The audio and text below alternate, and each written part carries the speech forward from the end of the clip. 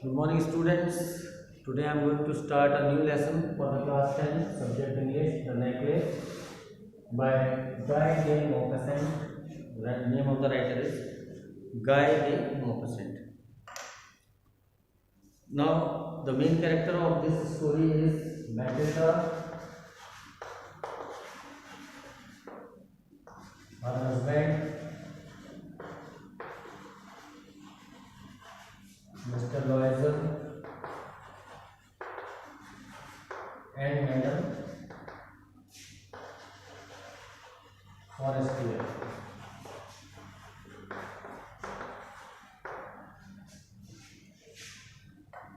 Students, क्या होता है कि लाइफ में हर किसी की इच्छाएं होती हैं कि हम कभी अपने लिए लाइफ को एंजॉय के तरीके से जिए। हमारे जीवन में हर तरह की खुशी हमें महसूस हो और हम सारे खुशियों को अच्छे से प्राप्त करें, रिसीव करें। तो ऐसे ही मैटिल्डा गरीब घर की लड़की थी, लेकिन बहुत सुंदर थी। इनकी शादी मिस्टर लॉयजर से हुई।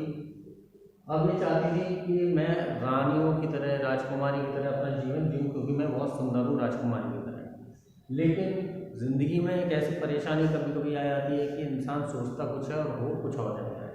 तो देखते हैं इस स्टोरी को पढ़ने के बाद क्या और कैसे हुआ। Matilda is invited to a grand party. She has a beautiful dress but no jewelry. She borrows a necklace from a friend and loses it. अब मैटिल्डा को एक ग्रांड पार्टी का इनविटेशन मिला और उसके पास ब्यूटीफुल ड्रेस थी, लेकिन jewellery बिल्कुल भी नहीं थी। उसने अपने एक फ्रेंड से, मैडम फॉरेस्टियर से, एक नेकलेस उधार लिया और वो खो गया। अब उसके बाद क्या हुआ देखते हैं। She was one of those pretty young ladies born as if through an error of destiny into a family of killers. She had no dowry, no hopes, no means of becoming known, loved and married by a man either rich or distinguished. तो यहाँ पर बताया जा रहा है कि जो Matilda थी वो बहुत सुंदर थी, यंग थी, और गलती से उसके भाग्य की गलती थी कि उसका जो जन्म था एक क्लर्क के परिवार में हो गया। उसके बाद देने के लिए ना तो दहेज था, ना कोई होप्स थी, ना कोई पहचान बनाने वाला तरीका था, ना कोई उसे प्यार करने वाला था। और एक ऐसे व्यक्ति से शादी होगी, वो तो हमेशा सोचती थी कि मेरी शादी बहुत अमीर व्यक्ति से होगी, अच्छे खासे व्यक्ति से होगी, लेकिन उसकी शादी एक ऑफिस में काम करने वाले, बोर्ड ऑफ एजुकेशन नामक ऑफिस में काम करने वाले एक पैटी क्लर्क से होगी। She was simple but she was unhappy. Simple थी लेकिन वो खुश नहीं थी, अपनी जीवन से खुश नहीं थी। जो उसके सपने थे वो अधूरे थे। She suffered incessantly, feeling herself for all the delicacies and luxuries. She suffered from the poverty of her apartment, the shabby walls and the worn chairs. All these things tortured and angered her. अब वो हमेशा परेशानियों में रहती थी, और उसका जन्म, उसने तो सोचा था कि मेरा जन्म जो हुआ है वो अच्छे अच्छे भोजन खाने के लिए, अच्छे अच्छे ऐशो आराम से जीवन काटने के लिए हुआ है, लेकिन वो अपना जीवन एक अपार्टमेंट में गरीबी के साथ बिता रही थी। उस घर की दीवारें शैबी थी, भद्दी थी, टूटी हुई चेयर्स थी उसके घर में। सब का सब सामान देखकर वो अपने आप में टॉर्चर फील करती थी, बहुत बुरा फील करती थी। When she seated herself for dinner opposite her husband, who uncovered the tureen with a delighted air, saying, "Oh, the good pot pie! I know nothing but then that." She would think of elegant dinners of shining silver. She thought of the exquisite food served in marvelous dishes.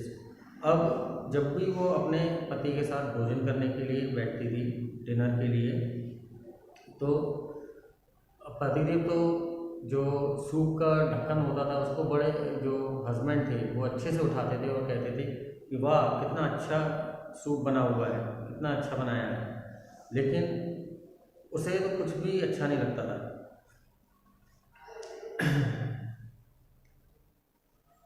I know nothing better than that she would think of एलिजेंट, क्योंकि उसे कुछ भी अच्छा क्यों नहीं लगता था, क्योंकि वो तो हमेशा एलिजेंट डिनर्स, अच्छे अच्छे डिनर्स के सपने देखती थी कि शाइनिंग सिल्वर, चांदी के बर्तनों में मैं डिनर करूँगी।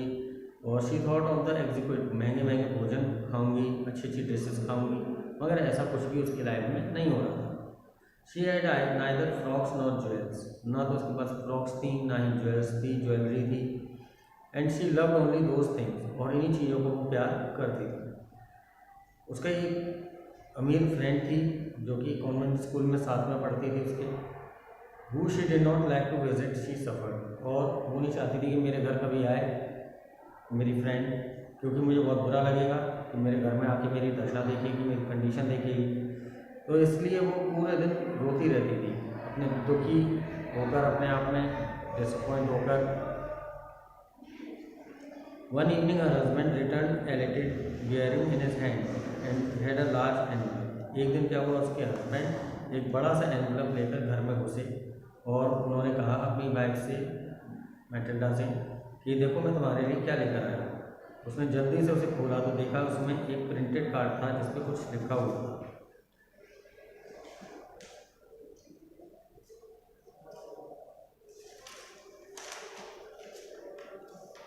और लिखा क्या हुआ था, एक इनविटेशन था।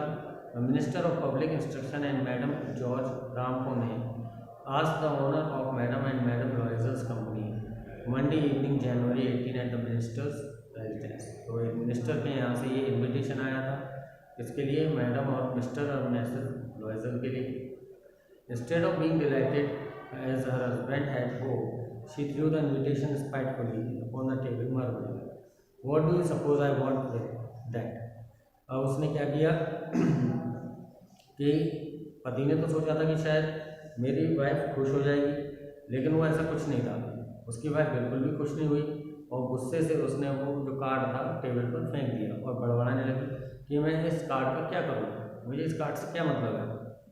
But my dairy, I thought it would make you happy, you never go out and this is an occasion and a fine one, everybody wishes one and it is very select, not many are given to employees, you will see the whole official world there। तो पति उसको समझाते हुए कहते हैं कि प्रिय, मैंने तो सोचा था कि तुम बहुत ज़्यादा खुश हो जाओगी, तुम कभी घर से बाहर नहीं गई हो और इस ओकेज़न पर ये बहुत अच्छा लगेगा तुम्हें, अच्छा भी है और सब तुम्हें विश करेंगे। और ये सेलेक्टेड है कार्ड जो तुम्हें इनविटेशन मिला है, हर किसी को ये इनविटेशन नहीं मिला है, ये किसी किसी को इनविटेशन मिला है। She looked at him with an irritated eye and declared impatiently, what do you suppose I have to wear to such a thing as that? She looked at him, अब वो उसकी तरफ इरिटेटेड आंखों से देखती हुई डिक्लेयर करती है कि तुम क्या सोचती हो कि मैं इस दौरान क्या पहनूंगी।